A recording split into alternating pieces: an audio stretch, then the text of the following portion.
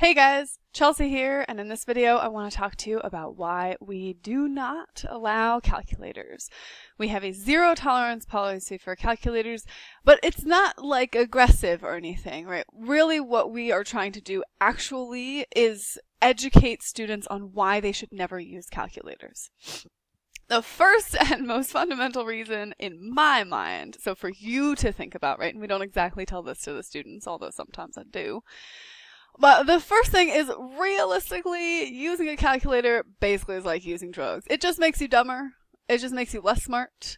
There's like nobody who ever invented like the next most challenging and insanely complicated mathematical theorem while they were hopped up on heroin. Like that didn't happen, right? And so we don't want you to do heroin, obviously. We also don't want you to use a calculator. Now that sounds severe, but I've been doing this for many, many years now. Arvin's been doing it for even more years than I. And over all of those years, what have we found? We have found that so many students at the age of 16, 17, 18 years old literally have forgotten how to do basic arithmetic. They cannot add. Like they can't do, 13 plus 9. Can't do it. No chance. They could probably do 4 plus 2. 13 plus 9, absolutely not. They can't multiply. They can't even multiply, like they've forgotten 8 times 7. They've forgotten 6 times 5. Okay, they've forgotten everything. Now, personally, I had experience with this when I was in high school. When I was in high school, I carried my calculator with me everywhere. My calculator was the love of my life. Because I'm a nerd. Okay, let's just start there. But I stopped trusting myself. So I would look at a thing and I'd be like, oh yeah, 8 times 4, that's 32. And I'd be like, wait a second. Well, what if it's not 32? What if, maybe I'll just check it. I'll just put it in. I'll just put it into my calculator. And over time, that became my habit. That was my habit. I was addicted to putting stuff in my calculator just to make sure that my mental math was correct. That is a problem. That is a massive problem in this country that we don't even treat. We don't even think that it's that big of a deal. But we think that it's that big of a deal, right? I don't care what the country thinks. I think that calculators are bad. This company thinks that calculators are bad. We do not allow calculators of any kind ever, no matter what. So, what does that mean for you? You've got to explain to students why we don't do calculators. You've got to explain to students how critically important arithmetic is. You have to explain to students that, if they really want to be smart, that they really have to work on their core mental math skills, that they really need to know their times tables, they really need to be able to add and stuff. And they need to be able to also do more complex math on paper. They should be able to multiply 3 digits by 2 digits on paper. If they don't know their basic times tables, they cannot do that. They can't do it without a calculator, right? So, first, we explain why. Second, we be incredibly stern. This is one thing that my students definitely know about me. No matter what, this is the thing they know about me. If the student comes in and tries to use a calculator, they know that I'm going to make fun of them for it, right? I just don't care what it takes. You just do anything no matter what it takes. You laugh at them, you make fun of them, you tell them why, you explain to them politely, you just tell them that we don't allow it. It doesn't make any difference. Usually I use some combination of all those things.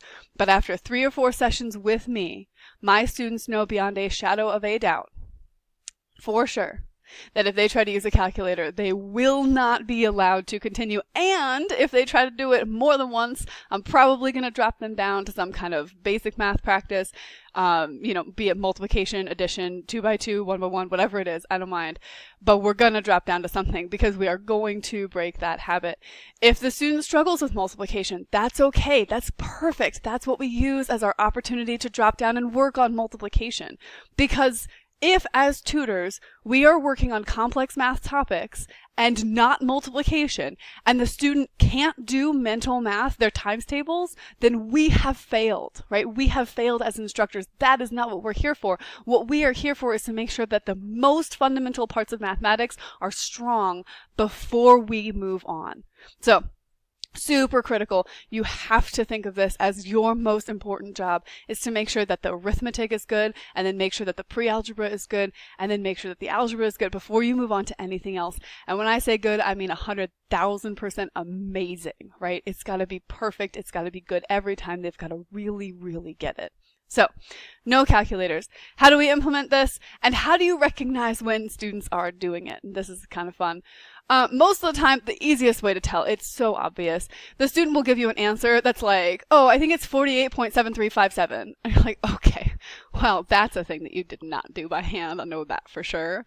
And then you can just ask them, you can be like, did you use a calculator by chance on that question? And usually they'll say yes, because they don't know our rules. At that point in time, you have another video, the video that we do send to students. You can send it to them, and it explains a lot of these things, maybe with a little bit less discussion of heroin, but it does explain these things, right? And explains it to them why we don't do calculators. Definitely send that thing, because it's very important for them to know why we're not doing it, okay? Very important for them to know. And then afterwards, just say, by the way, we don't allow calculators. What I want you to do right now is take your calculator, and if you're unwilling to throw it out the window and then run it over with a car, then I guess the next best alternative would be to go and put it somewhere very, very far away from you. So just go run down 2 flights of stairs, put it in the basement somewhere where you never have to look at it ever again, and that'll be fine. But it cannot, under any circumstances, be in the same room as you when you're doing Vora. I'm not actually joking right now, okay? First of all, I do say this to students, and I will make jokes about throwing it out the window and running it over with a car. But the more important thing is I will not allow the student to continue class until they have taken that calculator out of their room. I think in my mind, it's just like a really important reinforcement of this concept. If you have that calculator, if you have heroin in your room, you're not going to be as productive. You're not going to be as brilliant. You're not going to be as creative. Don't have heroin in your bedroom. Like, just don't do that, right? We're not gonna allow that calculator to be there because it's just, I just don't even want it to like seep into their brains that it might be close by and available for use. No, I want it so far removed from them, right? So, always require that they take the calculator out of their room for sure. Making jokes about it, totally fine and super good. And in the future, just keep track of it, right? In the beginning, especially for new students, they're not going to know, so just make sure that you're really, really wary about that. Ask them questions, have them show you their steps. You will have watched that video. If they don't show you their steps and they get an answer, most likely they just did a bunch of stuff on their calculator. So that's another really easy way for you to tell. If you don't check for their steps, then you won't know if they were using a calculator. So you can see how all these things are really interconnected. If you check for the steps, you can see the algebra there, and you know that they weren't relying on arithmetic done through a calculator, aka drugs, okay? So you know that they weren't relying on that. You know that they were actually doing some real math steps, and you can tell for sure. Just to kind of close this out and to give you guys some hope, right?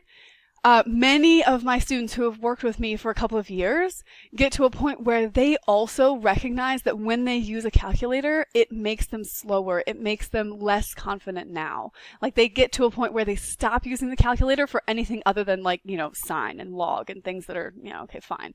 And so like that's an incredible moment. It's a really beautiful moment for me, definitely. But when your student comes back to you and really says, you know, hey, I think that I got a perfect score on this SAT because I didn't use my calculator. Thank you. Like, that's an incredible moment. It has happened to me. It has happened to Arvin. It will happen to you eventually if you stick around for a while. But have faith, at least for now, that it will happen. And definitely don't let anybody use any calculators of any kind. Including phones. No phone calculator, but they do have to have their phone around for pictures sometimes.